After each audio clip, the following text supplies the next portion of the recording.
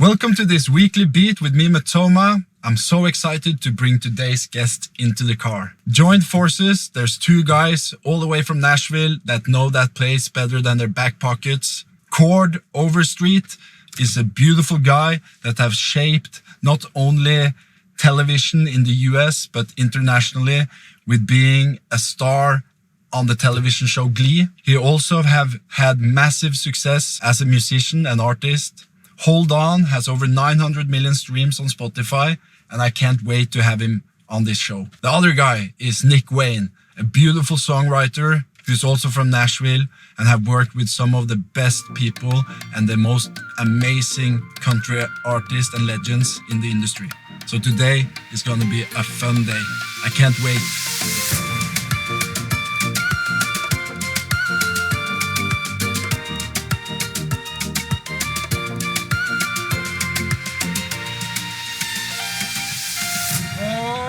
Tom. Legends. Good, brother. How are you? Hey, I'm good. How are you? Good. Legends. Ready to rock. Ready to rock and roll. Yes, sir. How are Hello, you? Tom. Good to see you. I have to say before we start, I'm so excited about today. Yes. Oh, it's gonna be fun. And when I heard that you guys wanted a guitar, I went to a store and I bought you a Martin and Co. You did. Oh my gosh. Yeah, because like it's not every day I have people coming from Nashville to Oslo, Norway. That is so legends. Oh, yeah. So we had to get you a proper guitar.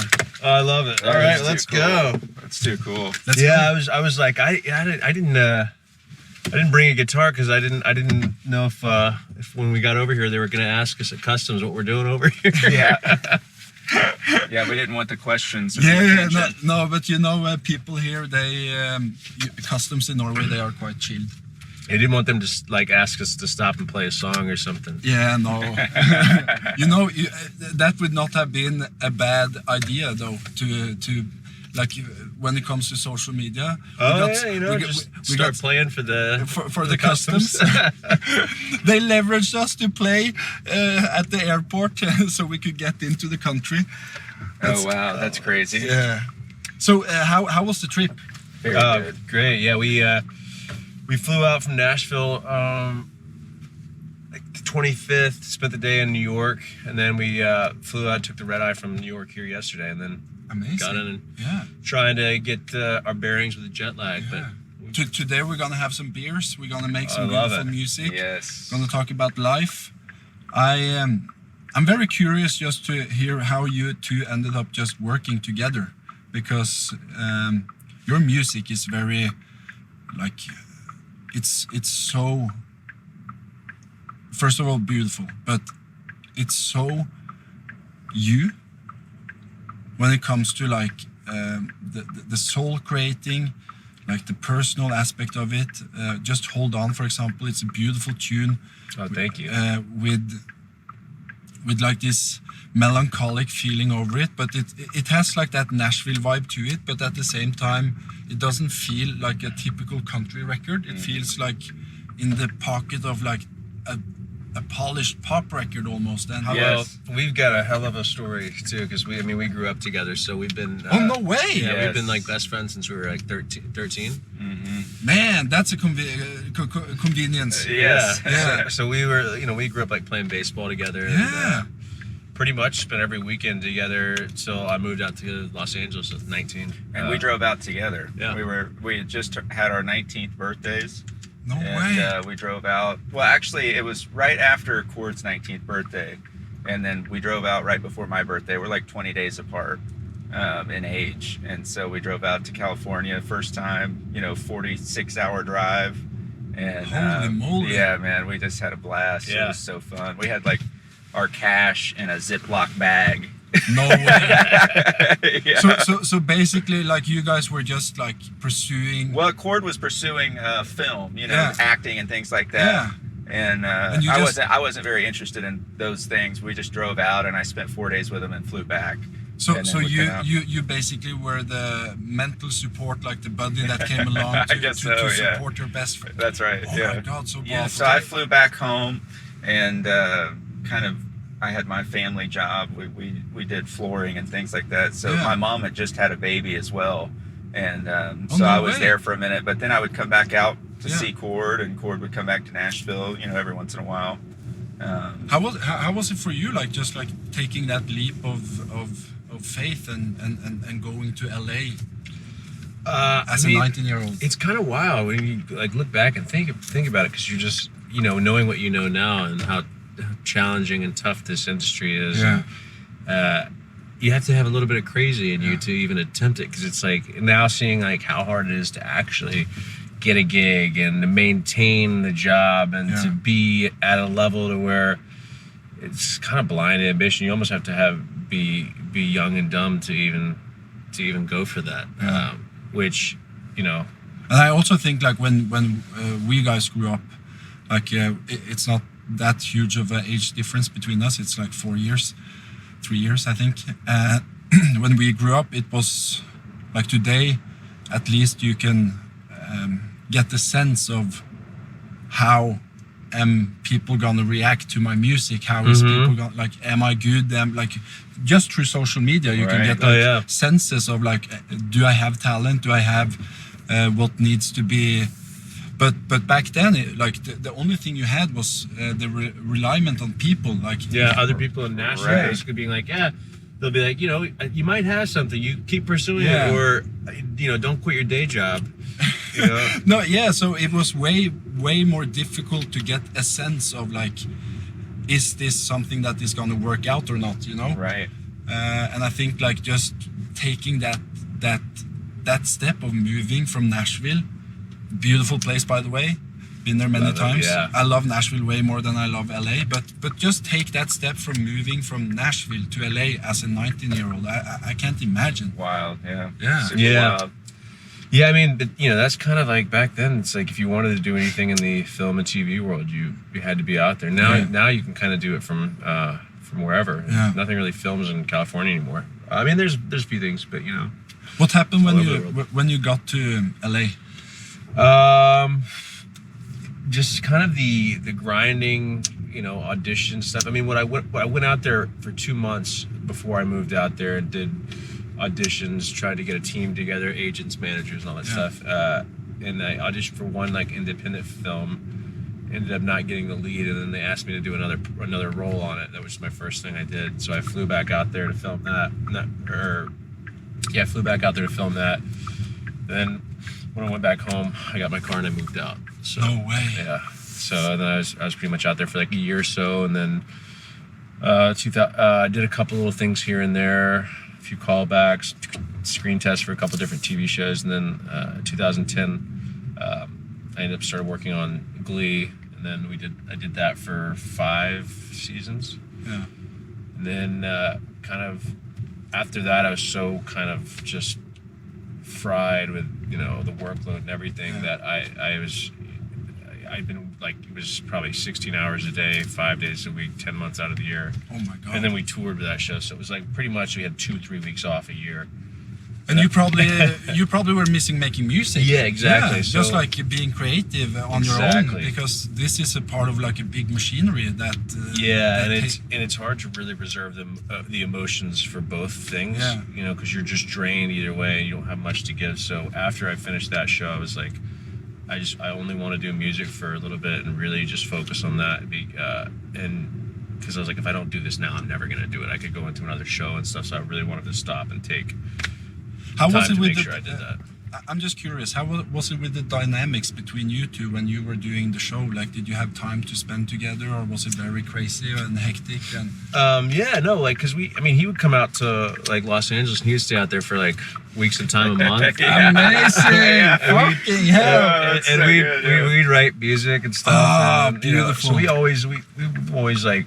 Yeah, Chord was like, it didn't take Chord very long. I think it was like, how long was it when you moved out until it wasn't quite 2 years? Probably was like it? a year and a half. Yeah. And then Chord lands this massive television show, #1 in the country, when he lands a regular position. And so he was like, you got to come out, I was like, I'll come out. And I was just like the +1 to all the parties, Amazing. We're Amazing. 22 years old, going around you know, the Katzenberg and everything, you know, every party you could imagine. Chord's like getting in the, you know, cool person. So you two are more like brothers Yeah. than best friends. Yeah. So we Like we did that everything bond is- together. It was so good. Amazing. Yeah, which is also like really great when you're making music too, because you know each other, and if you're being real and honest with what you're saying, you know each other really well. So I think one of the best things about expressing yourself is, whether it be in therapy or music, is having somebody you're comfortable with and that you know really well, or you can just kind of be really open and honest and talk about all that. So, and I can just imagine being 19 years old, packing your stuff from Nashville, just like jump on that plane, not knowing your future, just knowing that, man, I have one passion, and that is love through my work, and my work is being an actor and being a musician. And then look at you, fucking hell. Look at us, look at us. And then you have your best buddy in the back seat making music, making music like together, this is- man. It's great. Yeah. It's awesome, you know. Yeah. So, I mean, we're at the studio. Okay, great. So let's get in and just continue this conversation. Let's go. Let's rock. We're ready. Last year in Sweden, I came down to the hotel to get a coffee, and everybody would just start talking in Swedish to me. And I was like, oh, sorry. And then the general manager goes, you're Swedish. Like, your features are Swedish, you know, whatever. And just fake out. You look very Scandinavian. Yeah, that's why. Both of you do. Mm-hmm. Yeah, probably. I'm probably a little bit Scandinavian. of everything from that area, that region. Of course, yeah. But probably maybe a little Irish, probably English, Scandinavian, something. Where is your parents from? My dad's from like Mississippi. My mom's an Army brat, so she moved all around. But How did you end up in Nashville? that's where my mom lived there, went to high school in there, and my dad moved there my dad's a country songwriter, so my dad's been there since he was like, I guess 18, writing country music. So Amazing. yeah, but he's got red hair, blue eyes, so he's like he could be Scandinavian or Irish or Scottish. We don't really know. Just a mix of all the things. Would you say that he influenced you growing up? Oh yeah, for sure. Yeah, I mean, I grew up like my dad was kind of like showing me how to write songs, and so I was like growing up writing songs with him, and he's written a ton of like really big country songs and songs that they still play today, like 40 years later. So No, he's a legend. yeah. Same as you. Yeah, so he's Both legends in different ways. Yeah, it was great growing up around it because a lot of people going into music, a lot of people that would normally probably have kids that were going into music be like, it's a terrible idea, you'll never make it, you'll never do this. And it's like growing up seeing your dad do it firsthand is such a great, I just was like, oh, it's just like, it's the same as my parents being doctors or lawyers. That's just what, just what they did. So. Yeah. Your childhood, was it very influenced with music or? Oh yeah. My first Christmas gift that I remember getting was a mandolin, a little small mandolin. And I was, I was going on the road with my dad growing up when he was touring. So we grew up on tour buses. And how was that? Just like soaking in all the experiences and the impression. It was awesome. I mean, I remember like my early memories were all watching my dad on tour play these like arena shows and stuff. Yeah. And my mom told me, she goes, from the time you were like, before you could walk, you were like, 4 or 5 months old. I'd be on the side of the stage holding you, and your dad would be, playing these shows, and you'd just be locked in on him watching. You'd just be following him the whole time. And I was like, she's like, yeah, you've always just been like kind of latched onto that. And then, everybody in my family kind of does it in one way or another. My brother is in a band and a music producer. My sister's a songwriter. One of my younger sisters is a music manager, and then the youngest one is a really, really talented singer, songwriter. Wow. So everybody kind of... Big family. Yes, we have 6 of us. So, yeah. And you are like in the middle of all of them? Right in the middle, yeah, number 3. Yeah. So, but it's, like music was just such a big part of like, my dad would take us up to a studio, we'd all, he'd have us sing on stuff, and back when it was all analog, he'd have me help him record vocals, and I'd have to rewind it, find the spot, punch the vocals and stuff before the digital age took over. That has to have been such a feeling. How was it with you and your parents? Really great. I mean, I was born and raised in Nashville. Yeah. My parents came down from Indiana out of high school. They got married, and my dad and mom had musical interests, and my dad came down with a band, and he was a drummer, and all these things. And band breaks up and has kids, and started working really hard. He played on like demos, things like that in Nashville. Then my mom was a singer as well, and just did kind of church music, like ran a couple churches and did the music program there and stuff. And so that was around. But then also, being with Chord and his family, from 13 on, we spent every weekend together fishing. And But you would say like Nashville really influenced you in a way where you were allowed to experience music in a professional level at an early age. I think just knowing it's a possibility. I think, and everybody around you is kind of doing something in that world to where it's like, it's a great way, it's a great network and community to, push in a positive way. Yeah, it's collaborate, very sharpening. Yeah. You kind of write a song with someone, and that is one feeling I've felt that is very Nashville. When you go there, people there are so into like the musical aspect of like we are creating something that is going to affect people. But in LA it's different. It's like we are creating music that will generate money, which is a very physical transaction. Yeah. So it's when I learned that, I immediately fell in love with Nashville, and like my last years have always been to Nashville instead of going to LA. That's great. I mean, and as far as a city, it's like, LA is so spread out and big, and there's, it's just the quality of people in Nashville. There's a lot of really great quality people there, and everybody's really nice and warm and welcoming. But it's a small, condensed city where you can kind of get around and see a lot really quick, and it's like a bar town. So where it's like you want to go out, you want to have a good time, you can you can kind of go into a scenario not knowing anybody and be like, well, that was a random great night. We had a blast. LA is like, I've been there for 15 years, and I'm like, it's different now, but there's not much like a bar scene. There's not much of a kind of like an after work hang and like. And also, like, if you're doing the after work, it's suddenly like downtown, or it's like at this place, and it takes you like 50 minutes to go there. But it's also a different conversation, I think, whenever you talk to your peers in the business in LA. It's like in Nashville, it's very much everybody's on the pursuit of writing great music and being a student of the game. And like you kind of get there and you share, what did you guys write today? Oh, we wrote this. Oh, what did you guys write today? And you kind of like, oh, that's cool. Wow. And it's like, it's very much everybody's on the pursuit of greatness, and I don't think you're ever off of that pursuit. I don't think you ever feel like you arrived or graduated from like the song school of Nashville. And maybe it's also less competitive because it's more like in the aura and in the nature of like making good songs. Well, it's not. It's.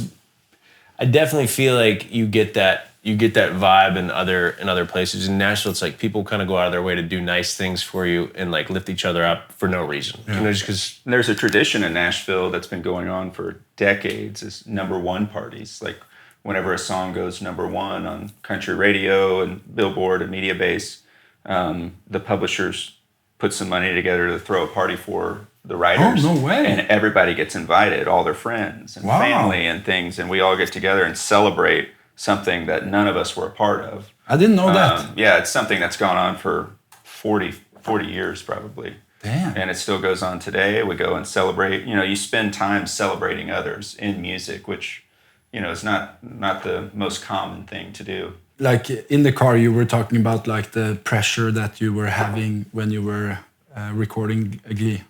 Oh. Did you at some time use music as a ventilator to get those emotions out? Almost like therapy, or? Yeah, I mean, for me, it wasn't really like... it wasn't pressure of like the work. I mean, there was a lot of stuff where I was like... I was trying to... where I was felt like it was a lot lower than where the show was, and I think that's probably how everybody feels that's trying to reach for greatness or trying to be the best version of themselves they can. Yeah. But like when I was there working, it was like we had the best time. It was like you're with a bunch of your best friends. The dancing stuff was a little bit of a challenge to me, so where I had to really try to focus on that. But honestly, at the end of the day, you're so fried you don't have any emotions to go. It's like the last thing you want to do is sit and try to write a song. And that's like one of the things, unless you're like really emotionally provoked and going through something. Like when I was going through my first big breakup, you know, it's like all of a sudden the songs are pouring out of you. But I would have to write those on the weekends. Yeah. You know, be like, but you still had to write them because you had to get... I had to get it out.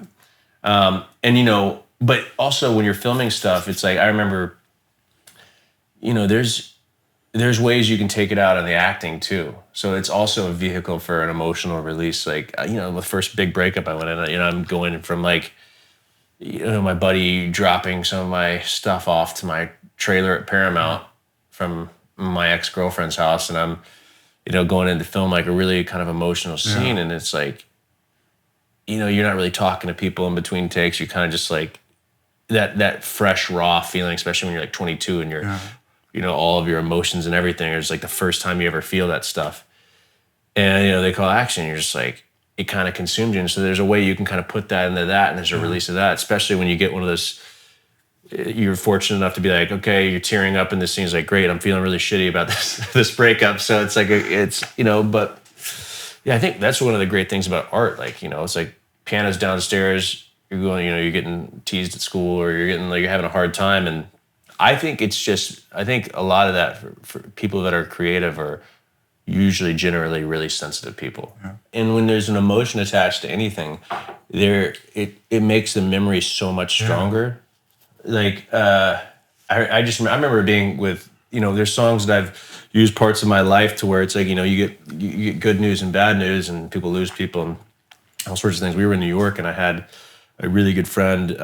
We lost a really good friend in it's just a tragedy. And, you know, having these like just emotional things that just like just completely wreck you, you can't not write about it. It can't not come through you. So it's like, even though it's really painful, and at the time it's like putting that into a song or having that to, it's a great release. And then you have other people that end up coming up to you and are like, hey, this song really had an impact on me, and it helped me get through a really tough time. So it's like, man, if you could do that with music, that's an incredible connection. And people from, you know, different languages and different backgrounds. And so it's like the fact that music can, you know, can really like, it doesn't matter what language you speak, everybody can kind of feel that coming through. That's like a really cool. I'm really sorry to hear about your friend. Yeah, I mean, it happens. It's kind of like, it's you know, it happens a lot in life, and it just shows you how precious life is. Yeah. And that you have to grasp every moment, because you don't know when. That's right. And your mortality. Yeah. And like, yeah, I had some stuff, you know, with friends. I've had stuff with friends happen recently, and stuff that where it's like, it makes you think, it's like, oh, like, time is now. Yeah. And it's like where you are there right now, and it really appreciate, you know, every day, because it's, your number could come up like that. Yeah. And we have. Have there been situations where you felt like close to meltdown? I wouldn't say, I mean, I don't think I could identify it at the time, but there's been situations. I don't think it's because of work. I think it's just because not dealing with stuff to where you've had like massive anxiety, where you're not taking care of your mind, and you're not doing the things that you need to kind of reset. I feel like everybody's probably had that, but, you know, there was, I think around my 27s, 28s, there was like a couple years there where I was like 2 or 3 panic attacks a week. You know, and I didn't really know why or what was, you know, the reason behind it. I think it's just not dealing with things, and, you know, focusing on too much on the future versus being present, being where you are. But when I got together with Maren, and the first couple of years, I had panic attacks every time I went on a plane. Wow. Because back then, like, we didn't have Wi-Fi. It was like, it was very hard to communicate. And I was like going from Oslo to Rio to Thailand to Sydney to, like, and your clock is all over the place. Over. And like, the minute I went up and I knew that I was gonna be up in the air for like 14 hours, when you do this like non-stop, you start like thinking, oh, it's gone this good up until now. Maybe something happens. And when that stick in your mind, oh, this is the day where it's now something is happening. Yeah. And you're tired, you know, like you have had very little sleep.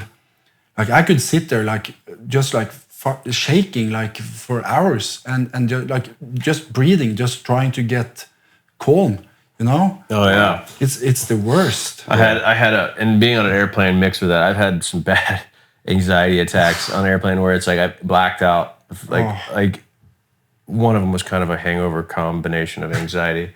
Anxiety. They are the worst. Yes, Oh yeah. yes. But like I was flying back to my parents for Thanksgiving, and one of my buddies was flying from LA with me because he's from Nashville. So we got the same flight, go back home for Thanksgiving. And this was in the height of COVID, where I had like the mask, the face shield, all of it. And I was like, I got on the plane. I'm not the best flyer. I got on the plane and I'm just like having in the middle of a panic attack. And my hair is just soaking wet, my whole body. Like I take off my hoodie and I was like, it literally looked like I jumped into a pool. I was sweating so profusely. Oh my God.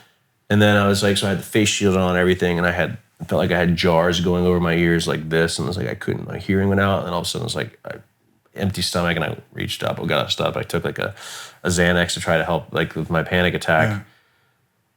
And I was just like, it just kept like sweating and just like counting my breathing and trying to like help myself breathe, and just like lost my hearing, and then all of a sudden my vision went black. And then like, I don't know how long I blacked out or what happened. I woke up and I had like vomit. I had thrown up all over myself in my sleep. On the plane, and I was like just mortified having to go walk back to the bathroom and like change. And I was like I just like I was panicking to the point where I just went black, and I was like, shit. Okay, I've never been there, so. But I've had another panic attack on planes, and the plane, you know, with the altitude and everything, it just everything is heightened. And then you're like, oh, I'm in just a metal can going, you know, 30,000 feet down the skies interstate. Have you ever like processed why you have those panic attacks? Like, I think it was expectations of myself. Yeah. Probably wanting more out of myself, or thinking I'm capable of more, and being that type of person to where you're really hard on yourself. And so I think though that kind of has to do with, I think it's also like, it can also be health stuff, to where it's like having a lot of heavy metals in your system is the number one, like one of the biggest causes of having anxiety. And people don't know this is your body's toxins. Also like unhealthy habits, sleeping, drinking, not hydrating. Mental state has a lot to do with it as well. But you meditate? I try to. My brain's always bouncing around, and so it's hard for me to kind of. I've done it here and there. It's just sometimes really hard for me to dial that in. The only thing that helps me, because I'm the same as you, like my head just like spins, and I overthink, and I think about hundreds of things simultaneously. Yeah. And when you can dial your thoughts in on one thing, it's usually obsessive about that one thing. It's so tiring, especially like when it happens, like when you can't sleep, jet lagged.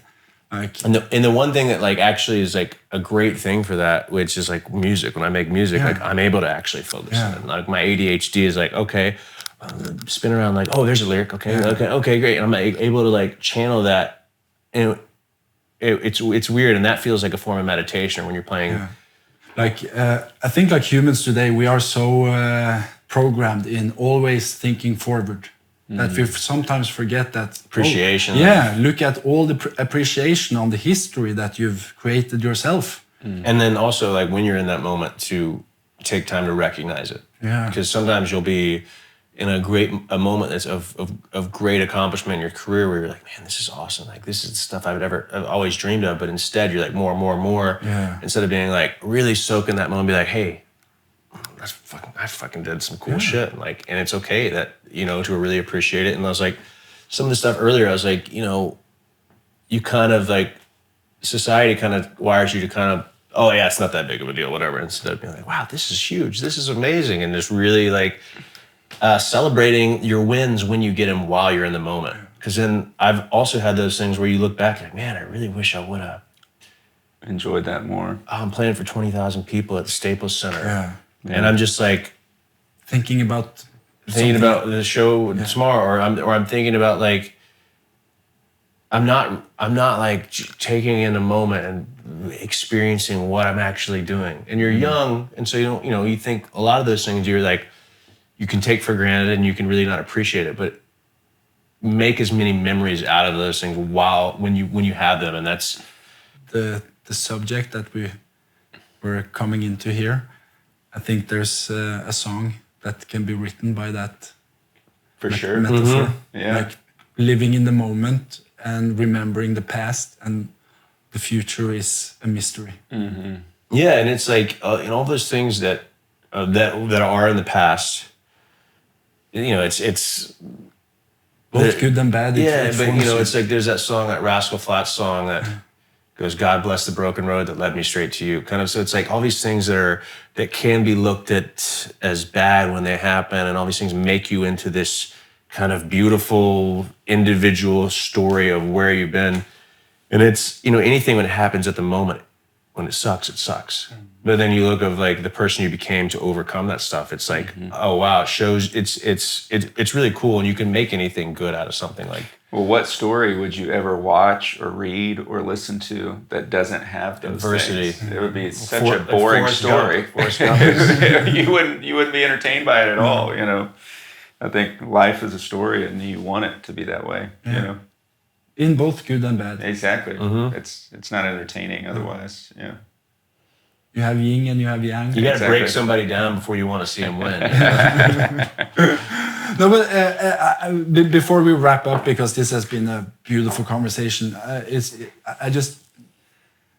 I remember one career moment in my life where I was like going from like tropical and like EDM and making like more electronic music to creating my first ever like Christmas song.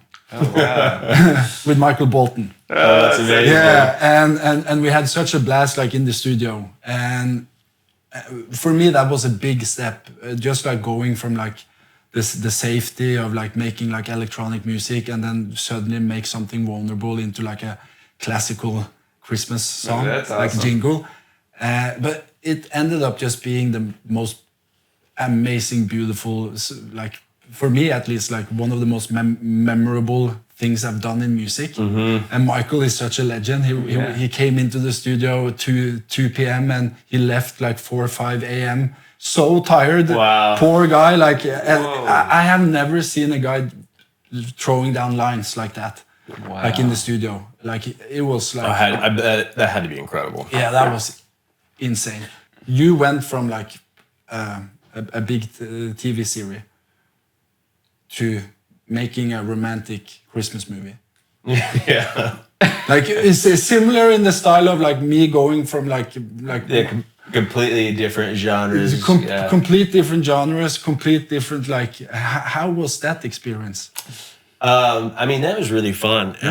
It was, again, like the thing I loved the most about that experience was, we were working with really great people and had a lot of fun doing it, but it was such a lightness and warm, loving type of feeling that comes from that, and always playing in that world, that the energy around it kind of exudes that. But also one of my favorite things was living in Park City for 3 months, because like that was a really cool town with like all this really cool history. The people were really great, really cute little old Western town, and everything's gorgeous around it, so it's like being in that world is like, I had the best time just kind of shooting in that location, different location, and finding all the good restaurants. And You probably don't know this, but long time ago, one of my first ever experiences with like Hollywood was with Lindsay tweeting that she loved Matoma. Oh really? Yeah, That's awesome. Like she could never, like she could, like